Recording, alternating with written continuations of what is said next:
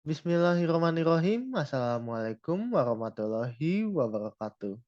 Perkenalkan, nama saya Prasetyo Yoga Purnama dengan NIM 2005758. Oke, kali ini kita akan membahas terkait tentang penjajahan di negeri Indonesia pada waktu dulu-dulu banget gitu ya. Kita akan berselancar ke masa lalu seperti itu. Mungkin kita mulai saja ya materi hari ini.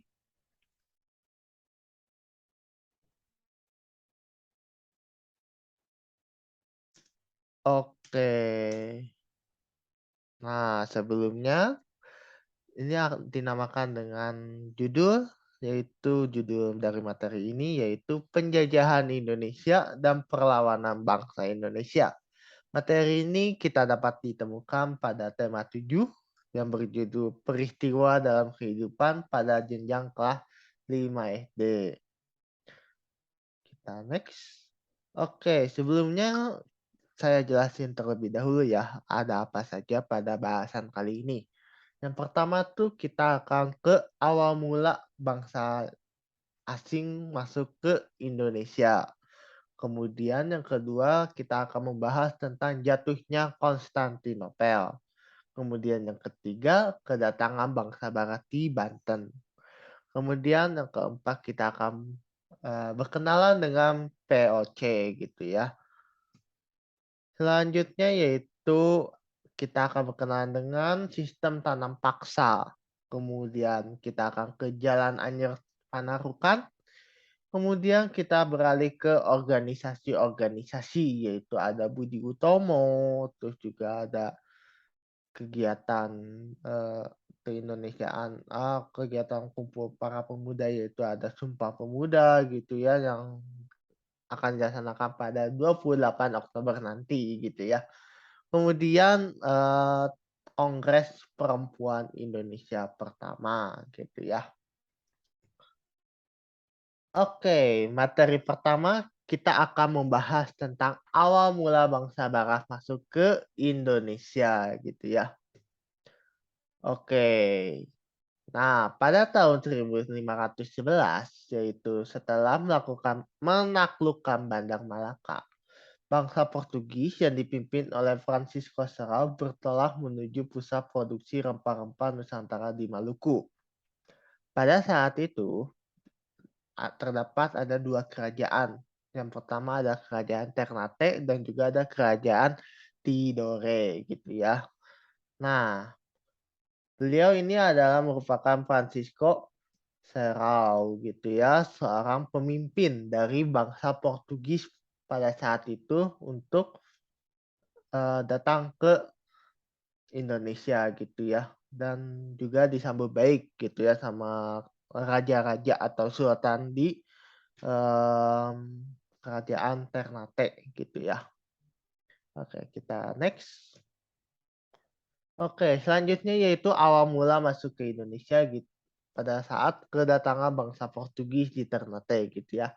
Nah, pada saat kedatangan bangsa Portugis itu rupanya menarik perhatian nih teman-teman. Jadi Abu Lais yaitu merupakan Sultan Ternate pada saat itu antusias nih kedatangan bangsa Portugis gitu ya. Kemudian bangsa Portugis menawarkan pendirian benteng di Ternate.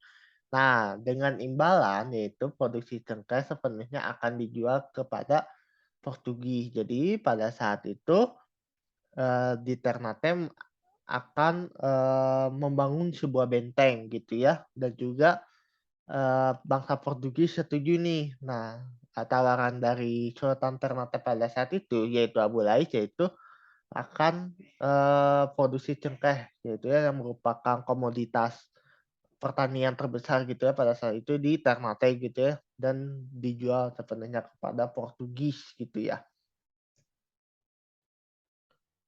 Oke, selanjutnya yaitu ada namanya konflik kerajaan Ternate Tidore gitu ya.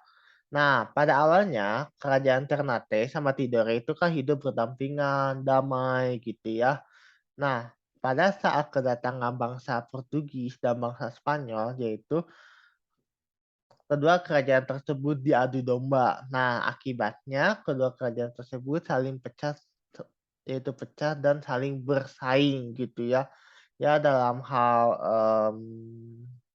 produksi rempah-rempah gitu ya, mungkin saling bersaing gitu ya di sana pada saat itu. Dan juga menimbulkan pertumpahan darah dan pada akhirnya kerajaan Ternate dan kerajaan Tidore itu pecah dan bubar gitu ya karena adu domba dari bangsa Portugis dan juga bangsa Spanyol gitu ya.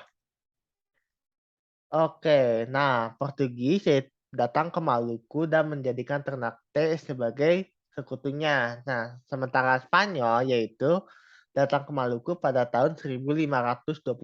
Berarti duluan Portugis terlebih dahulu ya untuk datang ke Maluku gitu ya. Nah, dengan menjadikan Tidore sebagai sekutunya, persaingan Portugis dan Spanyol untuk menguasai Maluku akhirnya mendorong kedua bangsa tersebut untuk menyelesaikan konflik. Nah, karena konfliknya berkepanjangan terus, akhirnya dicari jalan tengahnya, yaitu dengan mengadakan perjanjian Saragossa yang dilaksanakan pada tahun 1529. Nah, isi perjanjian Saragossa tersebut yaitu ada dua. Yang pertama, Spanyol harus meninggalkan Maluku dan memusatkan kolonialismenya di Filipina. Kemudian Portugis tetap melakukan aktivitas perdagangan di Maluku. Nah, perjanjian Saragossa tersebut menitik beratkan di Spanyol gitu ya, karena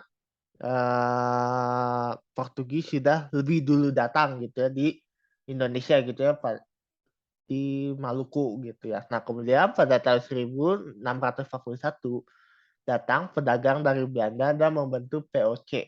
Setelah Portugis kalah, periode tersebut muncul monopoli pada komoditas palak pada tahun 1621 dan selanjutnya pada 1650 cengkeh juga dikenakan monopoli gitu ya. Oke, yang kedua yaitu jatuhnya Konstantinopel gitu ya. Oke, jadi pada saat waktu itu ketika Mehmed II mewarisi tahta ayahnya pada tahun 1451, pada saat itu Mehmed II tuh usianya baru 19 tahun ya. Nah, hal ini membuat pihak Eropa berasumsi nih bahwa penguasa muda Turki Utsmani itu tidak akan mengancam hegemoni Kristen di Balkan dan juga Laut Aegea.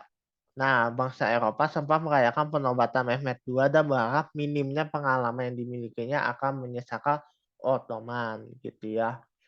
Nah, ternyata setelah 53 hari dikepung, Konstantinopel akhirnya jatuh dan menandai runtuhnya kekuasaan Bizantium dan berakhirnya abad pertengahan. Setelah menaklukkan kota, Mehmed II menjadikan Konstantinopel sebagai ibu kota Ottoman yang baru yang menggantikan Adrianople gitu ya, karena pada saat itu juga kejatuhan Konstantinopel itu membuat bangsa Barat tuh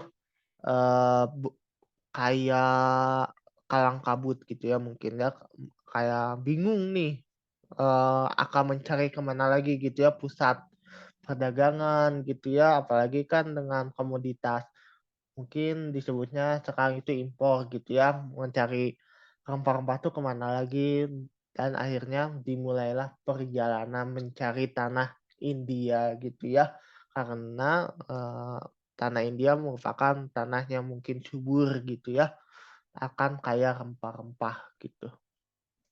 Terdapat video pembelajaran gitu ya, mungkin nanti boleh disimak gitu ya nanti teman-teman.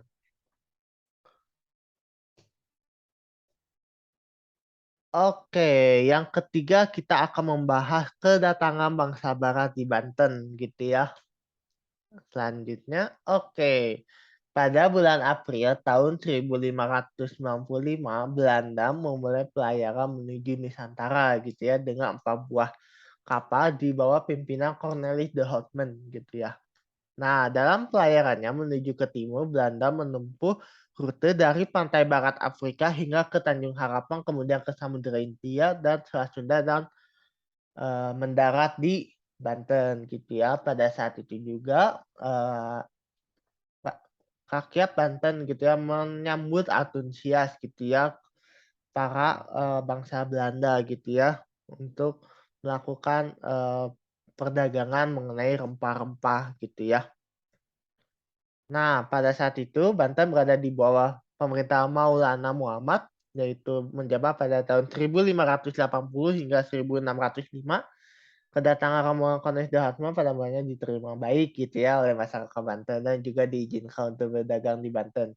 Namun karenanya sikap yang kurang baik sehingga orang Belanda kemudian diusir dari Banten. Selanjutnya orang-orang Belanda meneruskan perjalanan ke timur akhirnya sampai di Bali gitu ya. Jadi sebelumnya Belanda sudah datang nih ke Banten. Nah, kemudian karena sikap yang kurang baik gitu ya mungkin dari orang Belandanya gitu ya kepada Banten, akhirnya Belanda diusir gitu ya hingga melakukan perjalanan kembali ke timur gitu sampai di Bali gitu ya.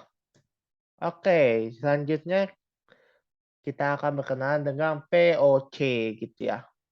Nah, POC itu apa sih? POC itu adalah Pyramid of Indies Company, yaitu kongsi dagang Belanda yang kemudian berkembang dan memonopoli perdagangan di kawasan Asia. Jadi seluruh Asia tuh di bawah naungannya POC gitu ya. Nah, dalam ekspedisi itu dikirimkan 4 buah kapal dengan 249 awak dan 64 pucuk meriam berangkat di bawah pimpinan Cornelis de Houtman. Baru pada bulan Juni tahun 1596, kapal-kapal The Horseman sampai di Banten yang merupakan pelabuhan dengan penjualan lada terbesar di Jawa Barat gitu ya. Nah, pada saat itu juga Banten berada di provinsi Jawa Barat sebelum memisahkan diri gitu ya ke membentuk provinsi baru yaitu Banten gitu ya. Nah, temuan Horseman ini menjadi panduan bagi penjelajah Belanda yang menggelar ekspedisi besar-besaran ke Nusantara. Pada bulan Maret tahun 1599, Jacob van Eyck tiba di Kepulauan Rempah-Rempah atau di Maluku gitu ya. Dia kemudian kembali ke Belanda dengan mengangkut banyak rempah-rempah nih. Nah, keuntungan yang didapat Jacob van Eyck itu memikat banyak pengusaha Belanda dan terjadilah persaingan dagang yang justru membuat keuntungan menjadi semakin kecil. Nah, Gubernur Jenderal POC pertama yaitu bernama Peter Both Horstman gitu ya. Peter Both yang menjabat pada tahun 1602 hingga 1614 yang berkedudukan di Batavia. Nah, sekarang Batavia itu namanya Jakarta gitu ya. Dahulu Jakarta bernama Batavia gitu ya, dinamai oleh bangsa Belanda gitu ya. Nah, kemudian ada juga Frederik de Houtman yang menjabat sebagai Gubernur Jenderal di Ambon pada tahun 1605 hingga 1611 gitu ya. Oke, nah kita akan ke keruntuhannya POC gitu. Nah, pada saat itu POC melemah ketika para petingginya tidak lagi peduli gitu ya dengan pembagian saham dan mulai ingin memperkaya diri. Jadi jatuhnya egois gitu ya, kayak pengen kaya gitu ya, banyak harta gitu ya. Nah, melemahnya POC mulai terlihat pada abad ke-18 di mana korupsi mulai merajalela dan menimbulkan beban hutang yang menumpuk gitu ya. Nah, hal ini dimanfaatkan oleh Inggris dan juga Prancis untuk memperkuat serikat dagangnya dan pelan-pelan menyerang daerah-daerah kekuasaan POC. Dan itu juga biaya yang harus dikeluarkan untuk berperang di Nusantara melawan rakyat juga terus meningkat. Dan pada akhirnya di tanggal 31 Desember 1799 POC resmi dinyatakan bubar oleh pemerintah Belanda gitu ya. Oke, yang kelima kita akan ke sistem tanam paksa gitu. Oke, sistem tanam paksa. Belanda pada saat itu memperkenalkan sistem tanam paksa atau Koolthuisstelsel pada masa kepemimpinan Johannes van der Bosch. Nah, sistem tanam paksa ini adalah sistem yang mengharuskan rakyat melakukan proyek penanaman tanaman ekspor di bawah paksaan pemerintah kolonial Belanda. Nah, sistem tanam paksa pertama kali diperkenalkan di Pulau Jawa dan dikembangkan di daerah-daerah lain di luar Pulau Jawa. Nah, Tanaman ekspor apa aja sih yang dijadikan sistem tanam paksa, yaitu tentang rempah-rempah gitu ya. Ada cengkeh, ada kayu manis, ada mungkin lebih ke pala, lada, ya pokoknya, rempah-rempah yang memungkinkan yaitu nih, sumber uangnya gitu ya. Nah, di Sumatera Barat sistem tanam paksa dimulai sejak tahun 1847 dan pada saat itu juga penduduk yang telah lama menanam kopi secara bebas dipaksa menyerahkan hasilnya kepada pemerintah kolonial yang pada saat itu yaitu Belanda gitu ya. Nah, sistem yang serupa juga diterapkan di tempat lain seperti di Minahasa, Lampung, dan Palembang gitu ya. Nah, itu mengapa di Sumatera itu komoditas kopi itu terbesar gitu ya dibanding di pulau-pulau lainnya gitu ya. Nah, latar belakang sistem tanam paksa. Nah, sistem tanam paksa ini dilatar belakangi oleh sejumlah peristiwa tersebut.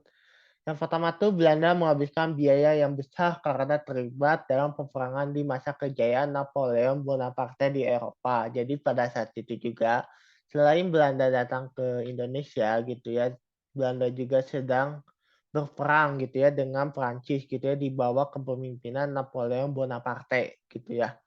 Nah, yang kedua terjadinya perang kemerdekaan Belgia yang diakhiri dengan pemisahan Belgia dan Belanda pada tahun 1830. Nah, setelah itu juga dengan Prancis itu Belanda juga perang gitu ya dengan Belgia. Nah, kemudian diakhiri dengan pemisahan gitu ya. Ada negara Belgia dan juga ada negara Belanda gitu ya. Yang ketiga itu Belanda menghabiskan biaya hingga sekitar 20 juta gulden untuk menghadapi perang Diponegoro. Nah, pada saat itu juga perang Diponegoro adalah perlawanan rakyat jajahan termahal bagi Belanda.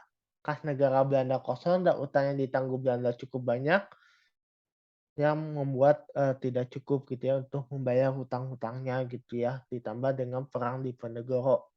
Kemudian pemasukan dari penanaman kopi tidak mencukupi dan kegagalan upaya mempraktikkan gagasan liberal dalam mengeksploitasi tanah jajahan agar memberikan keuntungan yang besar bagi Belanda gitu ya. Oke, selanjutnya kita akan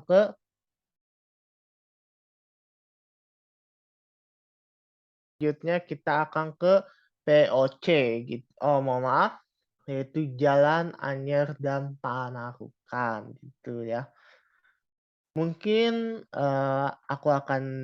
saya akan menjelaskan gitu ya mengenai Jalan Anyer hingga ke Panarukan gitu ya. Mohon maaf sebentar.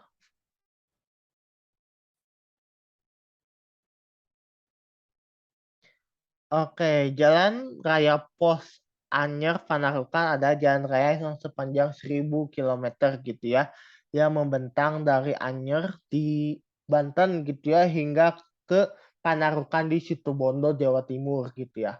Nah, pembangunan Jalan Raya Pos Anyer Panarukan itu dipimpin oleh Gubernur Jenderal Hindia Belanda yang pada saat itu bernama Herman William Daendels gitu ya. Nah, Jalan Raya Pos Anyer Panarukan dibuka pada masa pemerintah Gubernur Jenderal Hindia Belanda yang sudah saya sebutkan, yaitu Diband Daendels yang memimpin Hindia Belanda dari tahun 1808 hingga 1811 gitu ya. Nah, ketika itu Belanda di bawah kekuasaan Prancis, yaitu Prancis itu juga akan dipimpin oleh Napoleon Bonaparte gitu ya, dan mengutus Daendels untuk mempertahankan Hindia Belanda khususnya di Pulau Jawa gitu ya. Dari serangan Inggris, salah satunya usaha Daendels dalam mempertahankan Pulau Jawa adalah membangun jalan raya pos dari Anyer hingga ke Panarukan gitu ya. Nah, pembangunan jalan raya ini dipimpin oleh Pam Burcem yang jalan tersebut dibagi ke dalam 4 pos besar yaitu ada Banten, yaitu yang kedua ada Batavia, yang ketiga ada Semarang, yang keempat ada Surabaya gitu ya. Nah, latar belakang dari Jalan Raya Pos Anyer Panarukan ini juga dibuka pada masa pemerintahan Daendels gitu ya sebagai usaha untuk mempertahankan ekonomi dan militer Pulau Jawa gitu ya. Nah, hal itu juga ditunjukkan guna mempercepat mobilisasi militer dari ujung barat Pulau Jawa hingga ke ujung timur gitu ya di Pulau Jawa.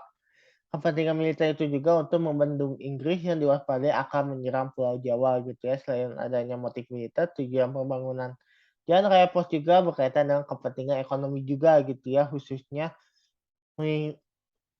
kopi gitu ya, atau rempah-rempah yang bisa mengangkut komoditas pertanian gitu ya, hasil pertanian dari gudang pemerintah maupun ke pelabuhan gitu ya, yang merupakan keinginannya dari Dendels tersebut. Oke, di sini ada video pembelajaran, nanti kalian boleh nih ya melihat gitu ya, isinya apa saja gitu. Oke, kita next. Selanjutnya kita akan ke Budi Utomo gitu ya.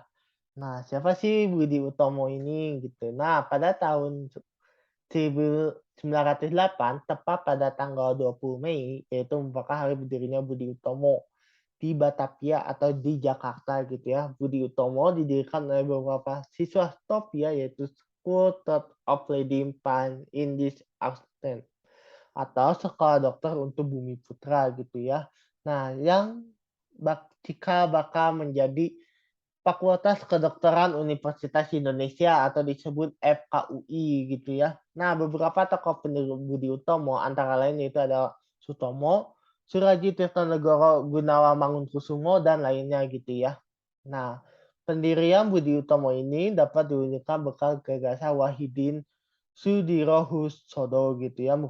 Beberapa tokoh Budi Utomo antara lain ada Wahidin Sudirohusodo, ada Sutomo, ada Suraji Tirtonegoro, Gunawan Mangunkusumo, Muhammad Sulaiman, Gondo Suwarno, Raden Ongko Projo, Sudirjo, Muhammad Saleh, Hademah, Gomret, dan lainnya gitu ya. Jadi Budi Utomo merupakan sebuah organisasi gitu ya pertama di Indonesia gitu ya yang didirikan oleh siswa Topia gitu ya.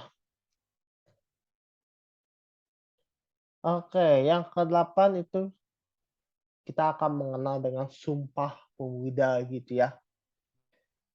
Nah, Sumpah Pemuda itu terdapat 3 rapat gitu ya. Yang pertama yaitu rapat pertama di Gedung Katolik ke Jonglingen gitu ya. Rapat pertama dilaksanakan pada hari Sabtu tanggal 27 Oktober tahun 1928 di Gedung KJB gitu ya atau Katolik Jonglingen gitu ya di lapangan Banteng. Dalam sambutannya Sugondo berharap kongres ini dapat memperkuat semangat persatuan dalam sanubari para pemuda.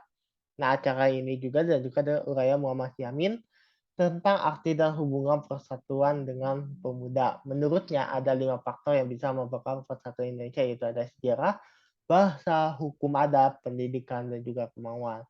Nah, pada Sumpah Pemuda ini terbagi menjadi beberapa organisasi, yaitu ada banyak sekali organisasi yang merupakan ikut di Sumpah Pemuda gitu ya. Oke, yang kedua yaitu dilaksanakan di Gedung OS Japa Bioskop. Nah, dilaksanakan pada hari Minggu tanggal 28 Oktober tahun 1928 membahas masalah tentang pendidikan. Kedua pembicara Purnomo Wulan dan juga Sarmidi Sakoro berpendapat bahwa anak harus mendapatkan pendidikan kebangsaan. Pula ada keseimbangan antara pendidikan di sekolah dan juga di rumah. Anak juga harus dididik secara demokratis gitu ya untuk hasilnya. Oke, yang ketiga yaitu dilaksanakan di Gedung Indonesia Club His Kramat gitu ya. Pada sesi berikutnya Sunario menjelaskan pentingnya nasionalisme dan demokrasi, meninggalkan kepanduan, sedangkan Ramelan mengemukakan gerakan kepemimpinan tidak bisa dipisahkan dari pergerakan nasional. Gerakan kepemimpinan sejak dini mendidik anak-anak disiplin dan mandiri gitu. Hal-hal ini juga dibutuhkan dalam perjuangan sebelum kongres ditutup. Diperdengarkan lagu Indonesia Raya karya warga Rudolf Supratman gitu ya. Lagu tersebut disambut dengan sangat meriah oleh peserta kongres. Kongres ditutup dengan mengumumkan rumusan hasil kongres. Oleh para pemuda yang hadir, rumusan itu diucapkan sebagai sumpah setia gitu ya, atau lebih dikenal dengan Sumpah Pemuda gitu ya. Oke, nah bunyi Sumpah Pemuda yaitu yang pertama, kami putra dan putri Indonesia mengaku bertumpah darah yang satu tanah Indonesia. Kedua, kami putra dan putri Indonesia mengaku berbangsa yang satu bangsa Indonesia. Yang ketiga, kami putra dan putri Indonesia menjunjung bahasa persatuan bahasa Indonesia gitu ya. Itu merupakan bunyi Sumpah Pemuda yang diucapkan oleh seluruh pemuda dalam Kongres Sumpah Pemuda pada tahun 1928 gitu ya. Oke, tiba saatnya kita ke materi terakhir gitu ya, yaitu mengenai Kongres Perempuan Indonesia yang pertama gitu ya. Oke, Kongres Perempuan Indonesia diadakan pada tanggal 22 hingga 25 Desember pada tahun 1928. Berarti sekitar 2 bulan setelah peristiwa Sumpah Pemuda gitu ya. Nah, Kongres Perempuan Indonesia pertama ini dilaksanakan di Yogyakarta di sebuah gedung dalam Jayadipura milik Raden Tumenggung Jayadipuro gitu ya. Nah, Kongres Perempuan Indonesia pertama ini dihadiri sekitar 30 organisasi wanita yang tersebar di kota Jawa dan juga di Sumatera gitu ya. Nah, perempuan-perempuan tersebut terinspirasi dari perjuangan wanita di era abad ke-19 untuk berjuang melawan penjajah. Hadir pula wakil-wakil dari Budi Utomo, PNI, PSI, Jongjapa, Muhammadiyah, dan organisasi pergerakan lainnya. Nah, Kawan Perempuan Indonesia ini diperakasai oleh 7 organisasi wanita. Yang pertama yaitu Wanita Taman Siswa, Wanita Utomo, Young Islamic and Bond Dev Abdeling, John Japa Dev Abdeling, Wanita Katolik, Aisyah, dan Putri Indonesia gitu ya. Jadi pada saat itu juga diperakasai oleh 7 organisasi wanita gitu ya untuk mengadakan Kongres Perempuan Indonesia yang pertama gitu ya. Nah, hasilnya itu apa sih? Tujuan dari Kongres Perempuan Indonesia pertama untuk mempersatukan cita-cita dan usaha memajukan wanita Indonesia. Nah, itu juga menjalin pertalian antara perkumpulan-perkumpulan wanita Indonesia. Kongres ini juga berhasil merumuskan tujuan mempersatukan cita-cita dan usaha memajukan wanita Indonesia. Selain itu juga memutuskan untuk mendirikan gabungan atau federasi perkumpulan wanita yang bernama Perserikatan Perempuan Indonesia atau disebut dengan PPI gitu ya. Nah, pada tanggal 28 hingga 31 Desember 1949, PPI mengubah nama menjadi Perserikatan Perhimpunan Istri Indonesia atau disebut dengan PPII gitu ya.